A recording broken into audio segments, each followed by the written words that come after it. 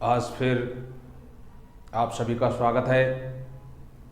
आप सभी का मैं हाथ जोड़कर प्रणाम करता हूँ, अभिनंदन करता हूँ। आज भारत देश में किसान आंदोलन चरम पर है। किसानों की कुछ अपनी मांग जारी है।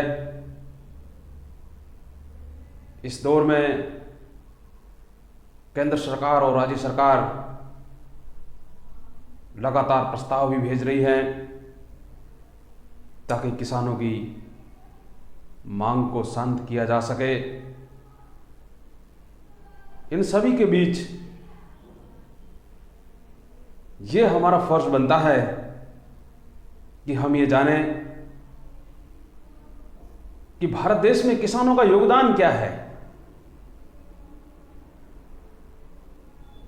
कितना भारत में किसानों का योगदान है और आजादी के बाद भारत में किसानों की क्या स्थिति बन रही है। क्या किसान गरीब हुआ है या अमीर हुआ है? इन सभी बातों का विश्लेषण अति आवश्यक है।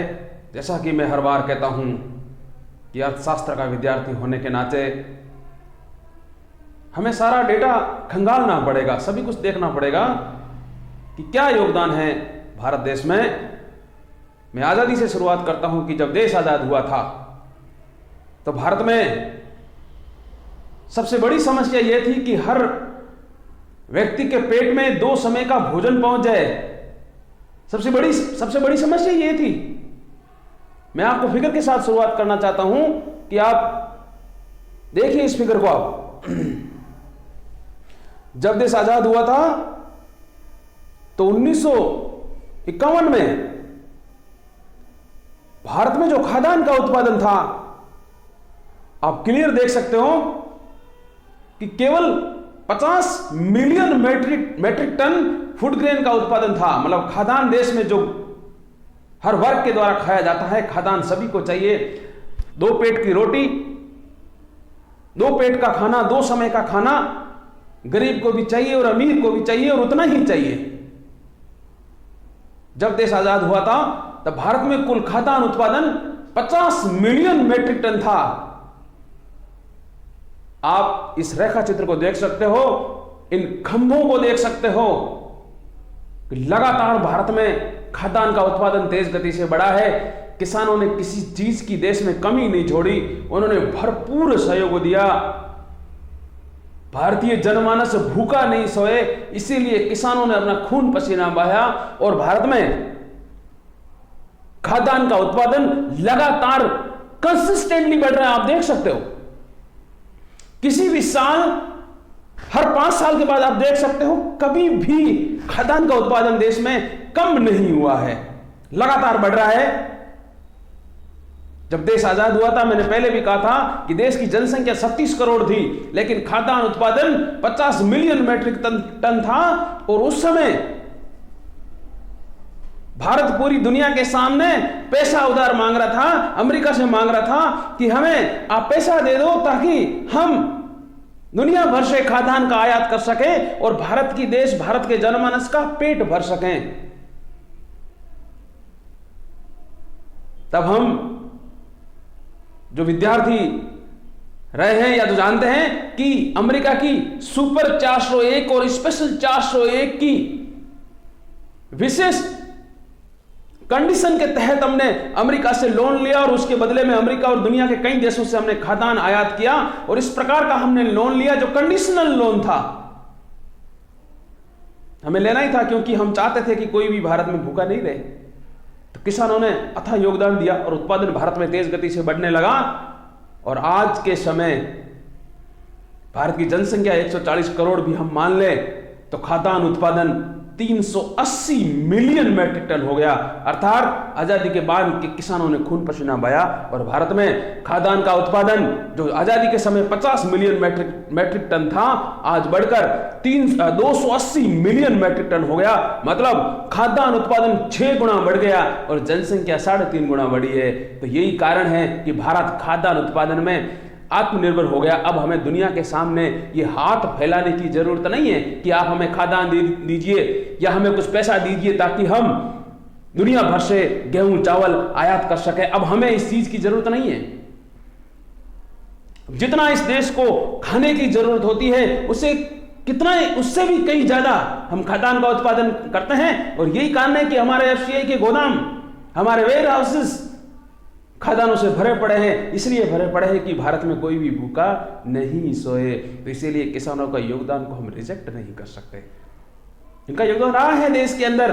उन्होंने अपनी पूरी ताकत लगाई है कि देश के अंदर खाद्यान्न में कोई किसी प्रकार की कमी नहीं रहे। इसके उत्पादन में, जैसा मैंने कहा था, जनसंख्या आजादी के बाद 3.5 गुना बढ़ी है, लेकिन खाद्यान्न उत्पादन 6 गुना बढ़ा है। इसीलिए आज के समय हमारे पास खाद्यान्न की किसी प्रकार की कमी नहीं है। हालांकि सबका योगदान रहा है, लेकिन किसान ने अपनी पूरी ताकत लगाई है, खून पसीना बहाया, तब भारत का जो खाद्यान्न उत्पादन है वो तेज गति से बढ़ा है। लेकिन अब हम ये भी देखते हैं कि क्या किसानों की आय भी बढ़ी है? इतने उनके योगदान से उनको मिला क्या? तो एक और रेखा चित्र पर मैं आप सभी को लेकर जाना चाहूंगा। इस पे आप थोड़ी सी नजर डालिए। 1951 में देश की जो टोटल जीडीपी थी, देश में जितना कुल उत्पादन हो रहा था उसका 60% किसानों के पास जा रहा था। 51.9% किसानों के पास जा रहा था। मतलब 100 रुपए का देश की जीडीपी में उत्पादन हुआ है तो 51 रुपए किसानों का हिस्सा था। आगे बढ़िए आप। आजादी के बाद क्या स्थिति हो गई कि वो जो हिस्सा, जो 51.9% भारत के किसानों का हिस्सा था देश की जीडीपी का, वो हिस्सा लगातार आप देखिए वो हिस्सा भारत में कम होता जा रहा है। और आज के समय में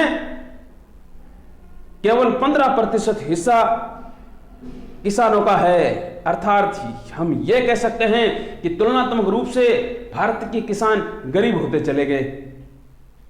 उनको जितना मिलना चाहिए था उतना नहीं मिल पा रहा है।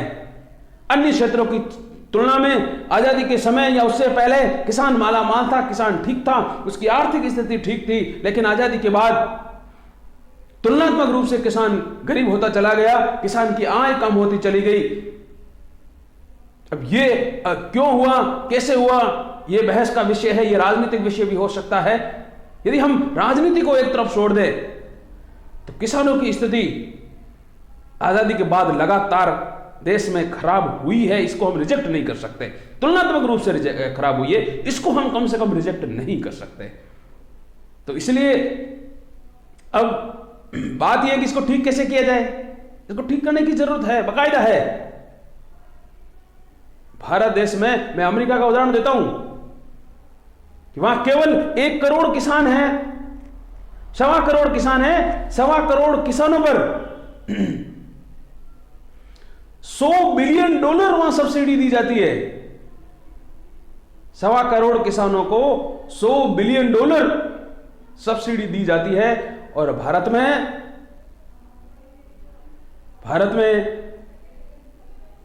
60-70 करोड़ किसानों को केवल और केवल 50 से 60 बिलियन डॉलर के आसपास जीडीपी, मतलब 70 से 80 करोड़ किसानों को केवल 60-70 बिलियन डॉलर सब्सिडी दी जा रही है। तो बहुत ही ज्यादा कम है और इसको ठीक करने की जरूरत है। इसको भी रैशनल करने की जरूरत है। इसको विवेकशील तरीके से ठीक करने की जरूरत है। मुझे लगता है जो भारत देश में 3.25 लाख करोड़ रुपए जो किसानों को सब्सिडी के तौर पे खर्च किया जाता है, वो हिस्सा किसानों को नहीं मिल पा रहा है। तो मुझे लग रहा है कि सरकारों का यह प्रयत्न हो सकता है कि वो सब्सिडी किसानों तक जाए, रेदर देन की वो आउटपुट पे जाए, फर्टिलाइजर पे जाए या और किसी काम में जाए या और एफसीआई के द्वारा अन्य तरीकों में और वो यदि सब्सिडी खर्च हो जाए तो उससे बेटर है कि वो सब्सिडी एमएसपी और एपीएस जारी रहे। मंडी सिस्टम भारत का जारी रहते हुए वो जो सब्सिडी है वो सीधी सब्सिडी किसानों के खातों में हस्तांतरण की जानी चाहिए, किसानों को सीधी दी जानी चाहिए ताकि भारत का किसान थोड़ा सा सक्षम बने। भारत का किसान इस दौर में कम से कम आत्महत्या नहीं करे और मजबूत बने। नए कृषि कानून जो आए हैं उसका कुछ प्लस माइनस हो सकता है, लेकिन मुझे कम से कम लग रहा है कि वो जो हमारी सब्सिडी है उसका रैशनलाइजेशन होगा, ये मुझे थोड़ा लग रहा है। और अन्य मुद्दे जो किसान आंदोलन या अन्य, हम अगले वीडियो में चर्चा इसका करेंगे।